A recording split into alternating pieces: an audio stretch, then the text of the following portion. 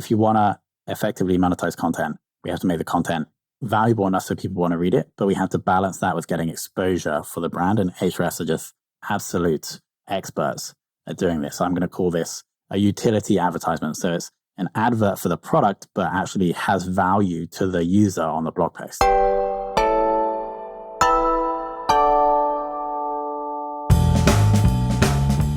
Hello and welcome to this very special episode of the Confessions of a B2B Marketer podcast. And today we continue in our series of solo episodes focusing on the growth of specific SaaS companies. Now we're sticking with the recent big SEO tool trend. We had SEMrush or SEMrush a couple of months ago. So you could probably guess because it was the title of this episode, but I'm not going to say it yet because before, we need to give a big shout out to our sponsor, Fame.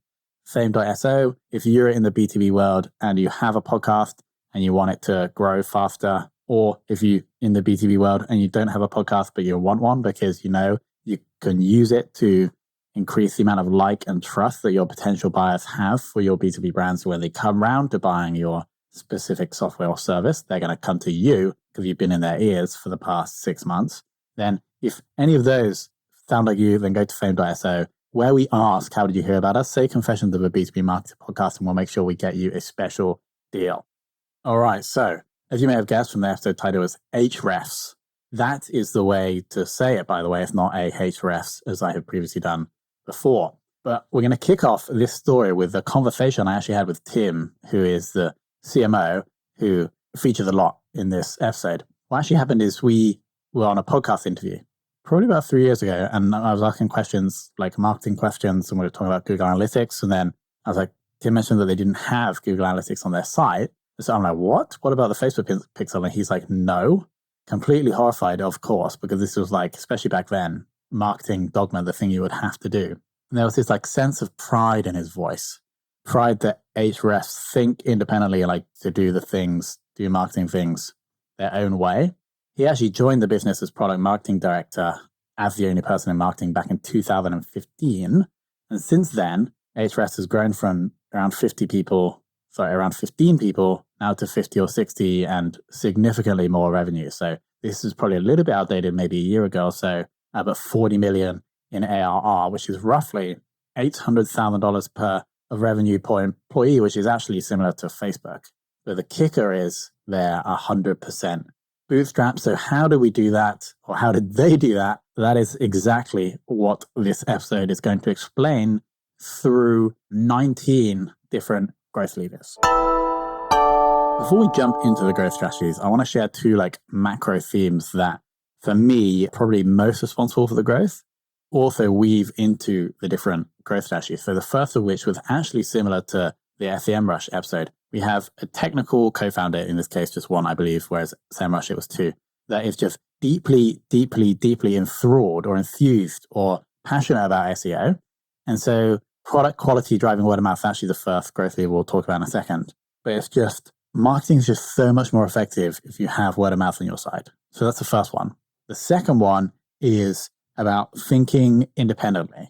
As we already mentioned about the Google Analytics code and the Facebook pixel, Ahrefs didn't, and I'm very sure don't have them on their site, which goes against most like basic marketing knowledge. And so this ability to not just take for granted what everyone else is doing, but to think originally and independently is the other thing that I think really helps or has supported the growth. So with that, let's get into strategy number one. The product quality driving word of mouth. And the really good exercise or visualization I like to do here is if you think about 3 lines on a piece of paper. Now, the bottom line is going to be cost. So this is how much it costs you to provide the service. The next line is going to be price, which is how much you charge. And then the next line, hopefully above price, is value, which is the amount of value that the customer gets. And so moving those lines around, you can see what different impacts that will have on your business. And so if we take Ahrefs, for example, their co-founder has just been deeply focused on the value or the product quality, which is basically the value that the customer gets. So the value line is going to be much higher than the price. And then the cost is obviously going to be below that. And what happens then when you have this big discrepancy between price and value, and in a positive way, e.g. the value is higher than the price, then this drives word of mouth. And so that's a really good way of visualizing it, I think. So all the Ahrefs co-founder has done, Dimitri is his name, by the way, is really focused on pushing that value up because he just loves coding. He just loves SEO. And so, yes, it's not a marketing thing. And it's very hard for me to say this because I've spent like 10 years of my life just doing marketing, not really focused on product quality. But if you're a marketer looking for a job, always look at product quality. If you're a marketer within a business, maybe work out how you can feed ideas back into product marketing to make the product better, because it's just going to make your life so much easier if the product quality is higher and you have that word of mouth that will amplify pretty much everything you do. Strategy number 2, rejecting conventional wisdom. So I'm just going to list through 4 things that Ahrefs don't do that you're probably doing, or that most marketers are probably doing, as we mentioned. Google Analytics, they don't track that. Facebook Pixel, they don't have that. Can't do any retargeting. Email nudge campaigns, don't do that at all. The only opt-in they have on their blogs is to get a weekly broadcast email with their latest posts. No content upgrades, no ebooks, just 2 very clear calls to action. Either you sign up to their product on the 7-day trial for $7 that we'll talk about more later, or you sign up on the blog to get the content. And so what we're really saying here is that all of this other distraction stuff, they don't do. And all of this other stuff that you could be doing, like writing ebooks, etc., things that are going to distract from the things that are actually driving the growth, like talking to customers, improving the product, creating amazing content. And all of that stuff, if they were spending that on checking Google Analytics, building custom audiences, writing massive email nurture campaigns, going to be taking away from those super high leverage tasks. So I think it's important as the marketing function to ensure that you're focused on the things that will get growth. So a key question to ask yourself here is, what are you on your marketing team doing that is not talking to customers or creating amazing content? And if there are things, do you really need to do them? Next up, hacking the conference code. And here, what I love about this growth strategy is that completely ignoring conventional wisdom, and we'll talk about why in a second, but also combining that in-person physical exposure with organic and paid social exposure. So let's explain. Bright in SEO is a big SEO conference. Ahrefs go to the event, and instead of just, putting their logo on the stand or on a leaflet and sponsoring the event in that way, what they actually do is sponsor the coffee cups. And on the coffee cups, we'll link to this in the show notes, they have basically, it's quite hard to describe on a podcast, but on packets of food, it'll have all of the nutritional information. It's like that kind of design, but instead of the nutritional information, it's the SEO information for the keyword coffee. So it's keyword coffee facts, and there's just like loads of nerdy SEO data. And then below it says find out more at ahrefs.com. It's absolutely genius. Again, original thinking different about how to get exposure at a conference. But that's not it. So we have this amazing, awesome advertising campaign, essentially, that is getting loads of excitement at the conference. People are tweeting about it. So Tim then tweets the image of the coffee facts and starts blowing up organically. So getting a few retweets, especially from people at the event. But then, because he obviously uses the Brighton SEO hashtag, and then he also, right there and then, puts extra cash behind that to promote it further. So what do we have here? Original thinking for that awesome advert. We have organic exposure for the in-person thing that you've done, which is, again, remarkable, so it gets organic attention. And then the intelligent part is also, once we see that organic attention increasing, then we add a little bit of pay spend to add fuel to the fire. So incredible strategy. Well done, Tim. Next up, YouTube, and specifically continuous improvement.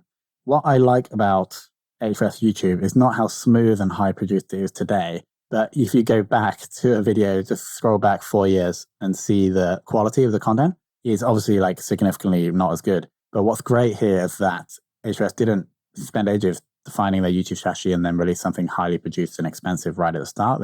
They have continuously improved right from really basic stuff, often not wanting to put stuff out that isn't great at the start can stop B2B companies doing that.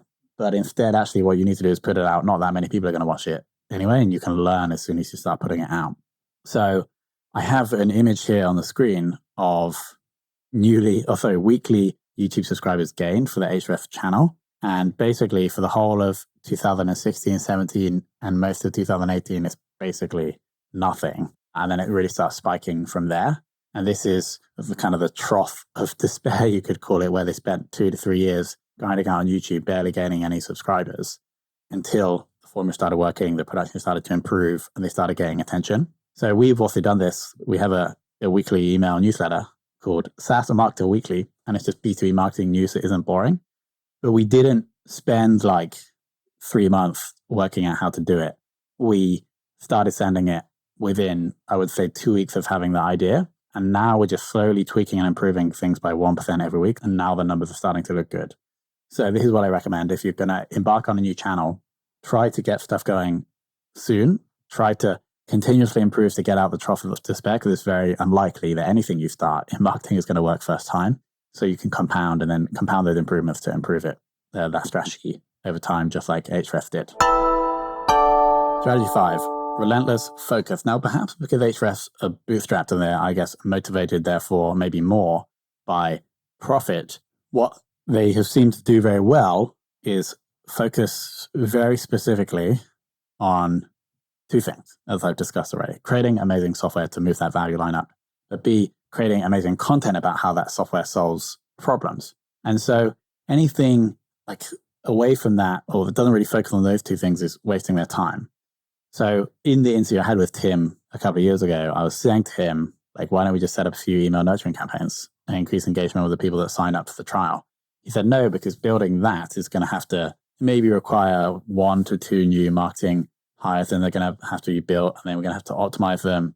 And so Tim would also have to define the roles, find the candidates, build and onboard these team members, and then obviously manage them as well. And so here's all like a big financial investment or big financial risk for something that doesn't necessarily move the needle. So again, they're dragging their focus back to those things that really, really make a difference on growth. And I can't really stress that enough in the marketing world, especially now as money is more expensive and we have less cash to spend. We need to really focus on what is getting the results, or what we know will get results. Strategy 6, pouring fuel on a very simple customer acquisition strategy. So again, let's talk about what Ahrefs are not doing. They don't run Google Ads. They, again, don't retarget any of the web traffic because they don't have the Facebook pixel. So how are they spending in order to get customers? It's very simple. All they're doing is creating content in a specific way. We'll talk about that in a growth strategy a bit later in the episode. But all they're doing is boosting exposure to new posts that they release. So roughly 5 to 10K in paid social, boosting their regular blog posts. That's basically all they do. Now, the reason they kind of can do this is because every content that they do create and then promote does also include the product in that process. It's often how-to stuff or explaining stuff in the world of SEO. So the example I have here is there's a blog post, very simple, what is a backlink, how to get more backlinks. And throughout the article, we're able to put in screenshots showing how to do this on Ahrefs. And the reason, like, not many people can do this. Not many people can create content that will get exposure and that people will love that includes their product. And partially because I guess it's a relatively low cost tool. We have the $7 free trial, and then I think it's roughly $97 a month for the cheapest plan. Because maybe it's because they're so prevalent in the world of SEO that they can do this, that they have hundreds of thousands of customers, and so the content is going to get consumed anyway. But typical content marketing wisdom would say we don't talk about the product, we're just trying to get people to like and trust us, but Ahrefs are able to do this. So for you and your business, especially if you have a low-cost tool, I would suggest creating content, obviously, that explains how to do something, and then part of that is using the tool, especially screenshots or walkthrough videos. Then if you have that content, it can then be used to, or you can amplify that on social to ideally get conversions. So this is a very like simple funnel that Ahrefs are pouring fuel onto here. So first, someone maybe hears about Ahrefs through word of mouth or lands on one of their blog posts through SEO, through Google Organic. They get to the blog, ideally learn something about SEO, and by definition, because the content always talks about the product, they're also learning about how Ahrefs help with SEO. A person will either leave or they'll sign up for the 7-day trial, and then the whole thing repeats. And so essentially what happens is that people will still see these ads, even though they're not directly being retargeted. Maybe they will opt in on the blog post to get the email, but they'll keep seeing these ads, they'll keep reading the blog post, and ultimately they'll learn enough about SEO to know that, okay, maybe I need some help here, and I'll use the tool that I've been trained to use anyway. So this is an absolutely incredible way of doing content marketing. Maybe not be like that applicable to everybody. Let's say you have a really expensive like enterprise sales software tool that you can't really write top of the funnel-ish blog posts featuring that because maybe the number of customers you have is much less than what Ahrefs has. In that case, you would ideally want to try and maybe include data in your content that supports the points you're trying to make so that you're able to advertise your product just like Ahrefs do, but without as a kind of how-to because not that many people will use the product. So the learning here is what is your core customer acquisition funnel and how can paid social be used to add fuel to the fire? Okay, so more on this whole blog post and content strategy now. So the strategy 7 is blog posts as advertising. I've got on the screen in front of me 5 of Ahrefs' most engaged upon pieces of content. I'll just read out a couple of the titles. What? Wix SEO versus WordPress, 6.4 million domains studied. 10 ways to get Google to index your site that actually work. So SEO how-to stuff.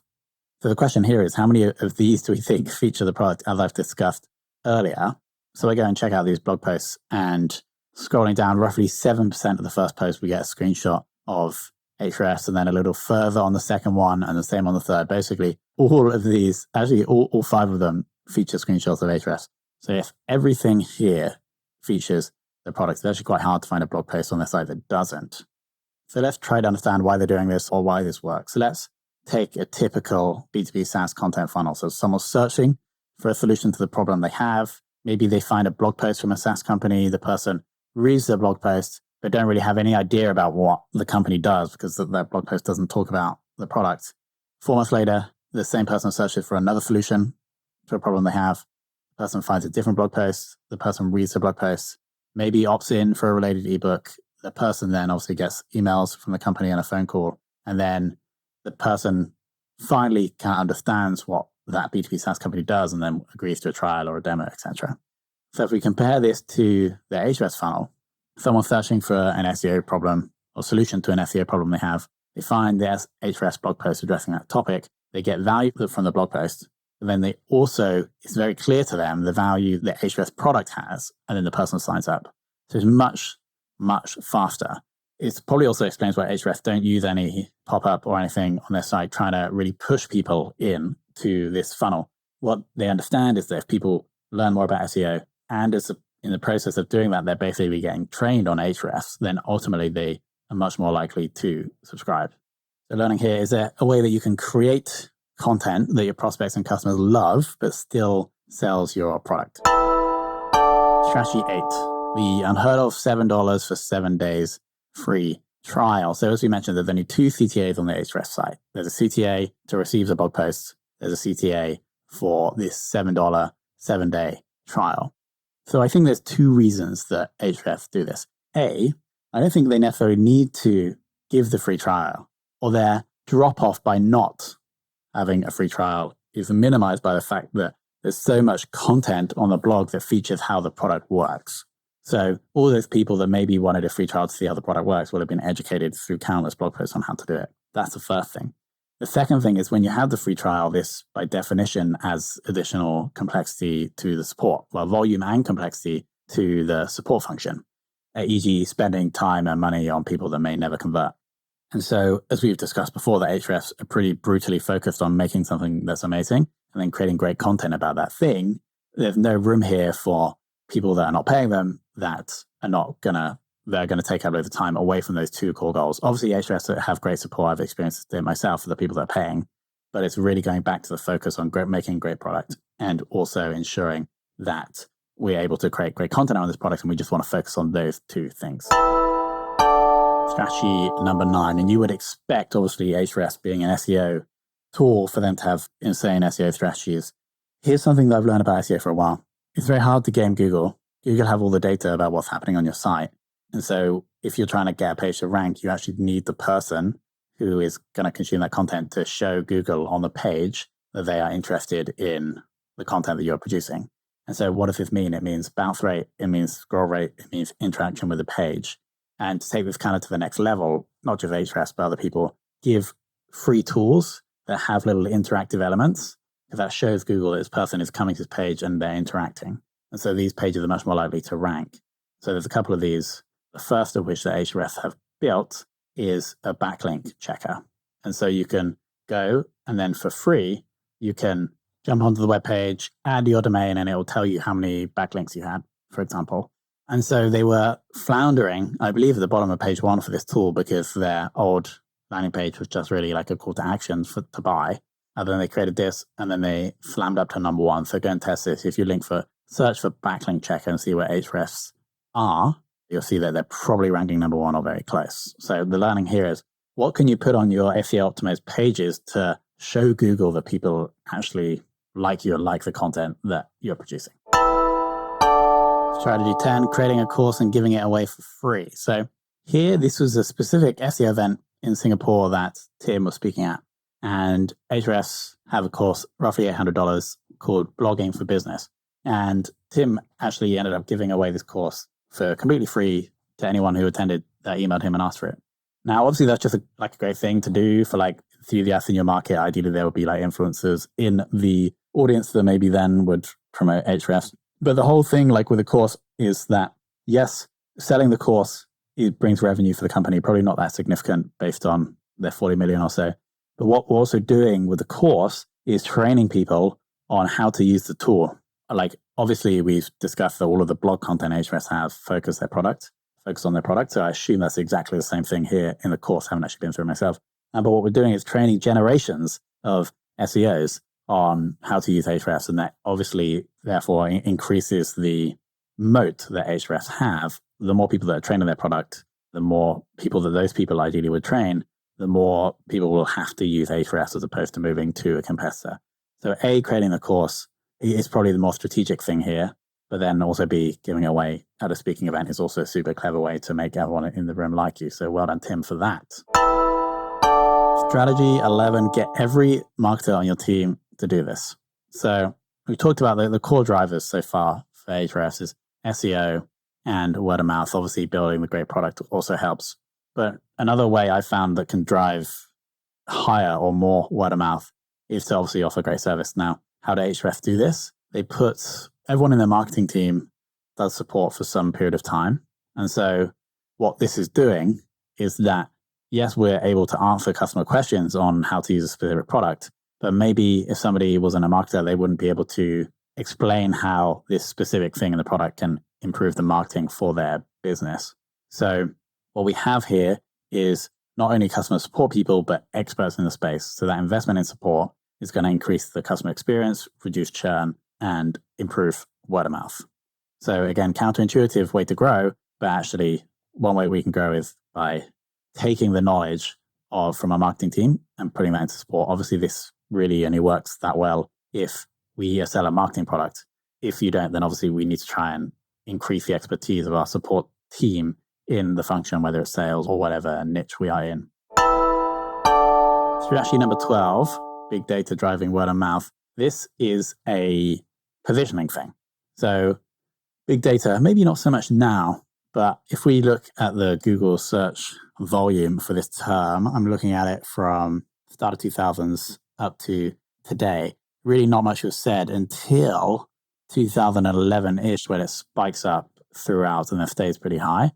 So what Ahrefs have done strategically is position their show around big data, or their product around big data. For example, here's Tim's Twitter bio, CMO and product advisor at Ahrefs, brackets, SEO toolset powered by seriously big data. So positioning their business along with a trend in the world is going to help with conversion rates. Even if someone is considering using Ahrefs, but they don't really know and they've been learning about big data and they see that Ahrefs is like aligned with that trend, or maybe someone uses Ahrefs, knows about the big data positioning, but doesn't really understand much. When they're telling their friends, they're going to be saying, yeah, Ahrefs, it uses seriously big data. And so this will help spur the word of mouth.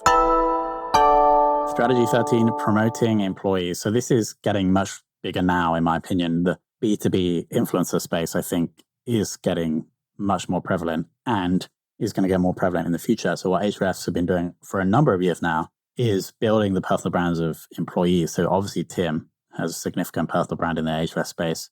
We've got other people in the team like C and also Sam, who runs their YouTube channel. So it seems like Ahrefs have purposefully enabling people within their marketing team to build their personal brand, because we all know that people like listening to people more than they like listening to brands. And so, yes, maybe there's a risk that Ahrefs build the personal brands of their employees and then they go and leave and take their audience. But actually, if you're able to maintain and incentivize people, this can work really well because the effectiveness of the marketing is just going to increase. For example, C speaking at conferences, Tim speaking at conferences. So if you have people in your team that you think have creative talent, maybe you already have a personal brand or create content online, then my opinion is that all employees, all B2B businesses and marketing functions should be supporting their creators in any way possible. Strategy 14 is this product marketing. Going back to the blog content again, because this is a really powerful thing to take away, I think.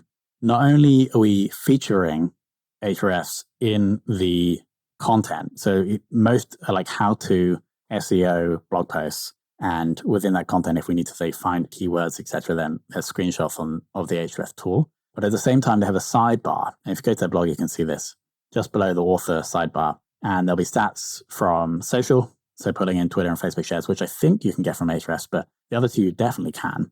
So it's telling you referring domains and organic traffic from the article with data from Ahrefs, and it says that. So again, this is why Ahrefs can spend 5 to 10K promoting these blog posts, because the product is weaved throughout them, both in the how-to, but also in the data is showing the value of the product in the content. And this is super, super, super important. If you want to effectively monetize content, we have to make the content valuable enough so people want to read it, but we have to balance that with getting exposure for the brand. And Ahrefs are just absolute experts at doing this. So I'm going to call this a utility advertisement. So it's an advert for the product, but actually has value to the user on the blog post. Strategy 15, the recurring Reddit feedback trick. So roughly every 2 years, maybe even more, Tim goes to the big subreddit, called Big SEO. And it's true in SEO, but probably for pretty much every niche, there are these adopters or early adopters that are like hyper passionate. And so what Tim will do, and I'll read this directly from the post, the title is, I'm Tim Soli from Ahrefs and I'm looking for some feedback. And then he says, hi guys, what do you think of Ahrefs? I need your honest feedback, anything Ahrefs related. I know we didn't interact with you guys in the past years, but I'm happy to change that. And so he did this for years and years and years. And what this is doing is creating very valuable feedback. It's also obviously an advertisement for the product. And so if you do have anything to ask or contribute to communities online where there's like super passionate, raving fans of the area, then do that and do it recurring, A, to get information, but B, also to get relatively free, but pretty much free exposure. Strategy 16, content channel segregation. So what this essentially means is that if we're trying to grow a specific content channel, whether it's a blog or a social profile, that is much more likely to grow if we're able to cater specifically to the needs of that platform or to that target audience. And so what Ahrefs done or do is that they have various different areas in which they produce content, but each content is clearly very different. So let's run through a couple. The Ahrefs blog, long form, SEO specific, product focused content that we've discussed already in this episode. Ahrefs also have a Medium publication where they share more like internal transparent, so stuff that they've done internally that's worked or hasn't worked. They have a SaaS marketing vlog YouTube channel, so it's not their main YouTube channel, but it's more internal stuff within the business again. And then they also have their external YouTube channel, which is like SEO specific video content. There's also another media publication called The Startup where they have random kind of transparent other written content. And then also there's Tim, and we'll talk about this in the next in strategy a bit later on, is he also goes on guests on other shows to share content. And so I know they have a strategy for each of these different places, and then they're just enabling these to grow faster because they can get hyper specific and very focused on the types of content. So they're not putting some type of content here that isn't relevant for that channel. Now, obviously, don't try and start 6 different things if you're just starting out and you haven't got any of them to work. I assume Ahrefs will have built these over a number of years after one starts working. They probably started with the Ahrefs blog, got that working, got that growing, and then maybe moved on to the Ahrefs YouTube channel. And so, yes, once we have stuff working, build out other places to increase the growth, but only do that once you have some things that are actually working. Strategy 17, a product one. So reducing churn. Some low-hanging fruit here is to ensure that we're not losing anyone that doesn't know how to use the tool. And so what Ahrefs recently added is a very clear, like, how to use links above their key tools that then pop up and give videos and give images and link to support articles. So just like making it very clear to users where they can find resources to show them how to do things, and obviously with massive backlog of content on how to do stuff. And so these how-to links apparently are getting 5 to 15% click-through rates, people clicking through and then consuming that content. So it's not going to have an immediate impact on growth, but will probably bring down that churn percentage maybe by like 5% of whatever the churn is over a year or so. So the learning here is list all the actions that customers can take with your SaaS, and they seem simple when you do it, but then add these how work buttons to make it very, very clear. Strategy 18, probably before it was trendy, Tim did what's called a podcast tour. He went on 20 podcast interviews in 4 months. Why? It's a super effective way to create content that can then be used on, leveraged on other channels. Let's say Tim was spending like 2 hours per interview, 1 hour for pre and post communication, and then 1 hour for the interview itself, which means that Ahrefs is probably paying, if we assume Tim's hourly rate of, let's say, $250 per hour, so each is costing $500. So really, Ahrefs probably just needs to get one customer that pays for 5 months of their lowest plan in order to get the cash ROI on that. And so then if we compare that kind of ROI and cost to what Ahrefs have also been spending on podcast advertisements, they've been spending roughly $250 to $1,600 to sponsor a podcast episode. And let's say those episodes would have like 1 to 2 minutes coverage of the Ahrefs. Whereas in Tim's interviews, obviously, Ahrefs has covered quite a lot more, maybe not detail of the product, but the story of the company, etc. And so Tim will jump on these podcasts and then he'll share, let's say, 60 minutes of hard-hitting SEO and fast growth wisdom, and then it's bringing attention back to Ahrefs through that way. So I have proof here that when I spoke to Tim, that the term podcast, when people were saying how they found about us, drove roughly 606 clients in that time period. I don't actually have the exact time period, but that's a significant amount of customers. And yes, they could have come through the sponsored podcasts or the guest invites, but we expect that the ROI on those customers is going to be better from Tim's time investment than the cost that they're spending to advertise on other podcasts. So learning, podcast interviews may not result in a direct uptick in revenue, but often the time investment and the versus advertising on other shows is probably worth it. Plus, you'll end up getting the backlink because they'll link back to you and your business in the show notes normally. Strategy number 19, a seamless prospect journey. So as we discussed, there's 2 CTAs on the Ahrefs site, the $7 7-day free trial, the email opt-in to receive the blog post. Now that opt-in actually, so we're talking about the email opt-in, only appears if you scroll to the bottom of that blog post. So it's not a pop-up, it's not exit 10, it's not getting in the way. That only comes when you get to the bottom, which is a much better experience than most B2B blogs that I would go on. Also, if you have an account with Ahrefs, your email will be pre-populated in that box to make it super simple just to hit subscribe. So here's just an example of Ahrefs like thinking about the user journey. And because we know the user is going to be consuming stuff about the product, we don't have to be so hardcore on the opt-in. And we're just going to be there in case they like the blog post and would want some more. And let's face it, even if you don't want to give the email, Ahrefs probably know that they're going to be ranking for the next SEO challenge that you have. Or if you ever engage with them on social, you're probably going to get hit by their social ads. They don't have to be so hardcore on picking up the email address, which can impact customer experience. All right, team, there we go. Big episode, 19 growth levers in total. Hope you enjoyed that. I got to give a shout out to a recent review on Apple Podcasts. Romeo Man, great insights from top B2B marketers. Thank you, Romeo. And another one, best B2B marketing podcast. I get so much value from the podcast. I ended up reaching out to someone, hiring him to consult with me for my B2B marketing, excellent resource, and some amazing guests. Thank you, Udip. If you have any feedback on the show, please go to Apple Podcasts, leave a rating and or review. If you do that, send a screenshot to me on LinkedIn, and then I will get you a shout out in the outro of one of these episodes. So thank you so much to Ahrefs for sharing a lot of information for this episode. I really appreciate it. Thank you, Tim. Obviously, thank you to Fame again for sponsoring this episode, and thank you for listening.